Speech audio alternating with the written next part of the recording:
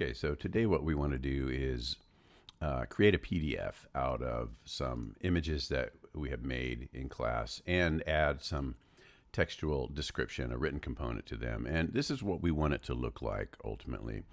You're going to need to have Word or Pages or Google Docs or something open up.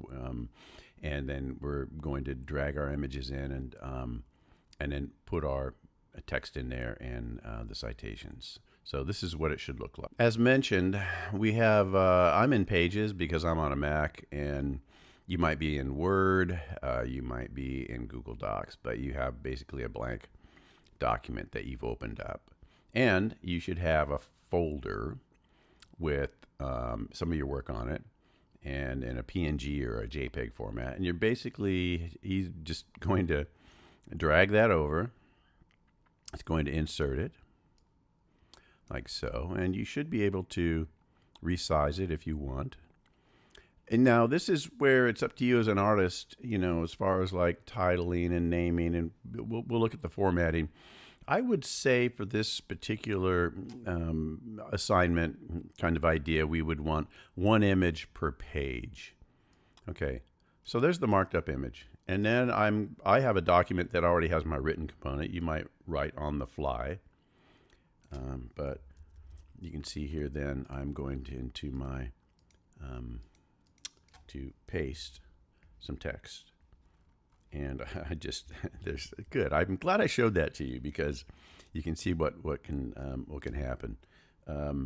So basically we want to, and this is why this isn't my preferred way to work here, but you see how I had to paste my text in there, and then I can move my graphic up. I can do a wraparound, which isn't going to work in this case, I don't think.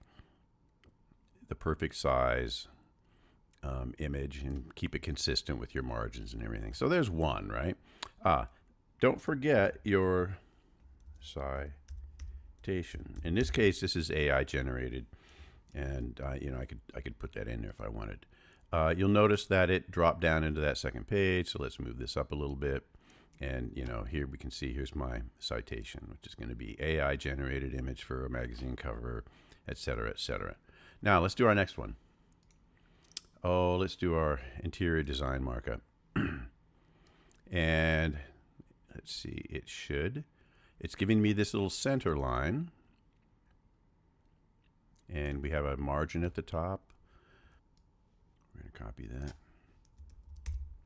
We're going to come over here. And we're going to select it, and it's going to be Arial. And then, we'll put, where do we put the citation? Consistency, consistency, consistency in graphic design. Citation.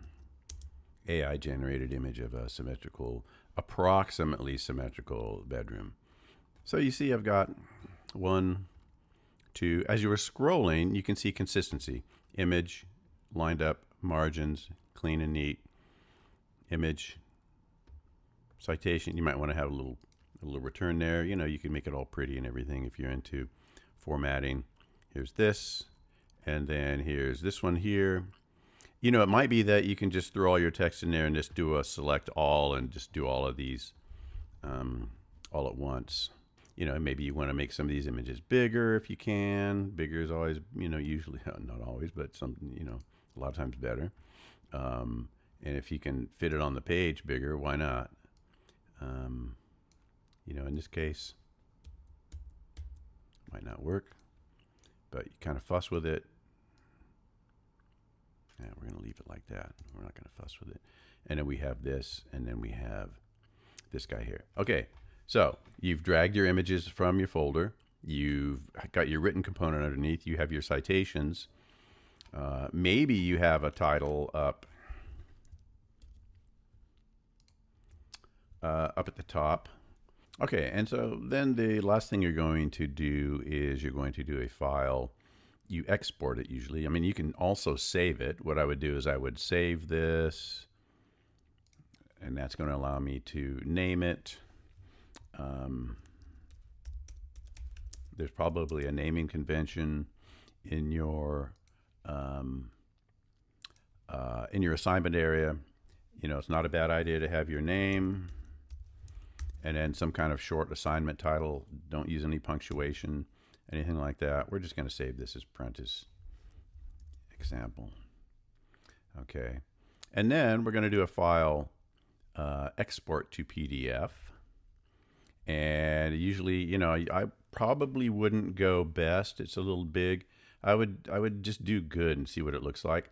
If you open up your PDF and the images are all kind of blurry and fuzzy, you have a bunch of this JPEG cottage cheese look on it, what I call, kind of a degradation, then you'd want to up the quality. But you can see here's the finished product. So you go through, you check, you make sure nothing's running over and everything looks good. Beautiful, right? I would recommend doing it this way. So let me know if you have any questions.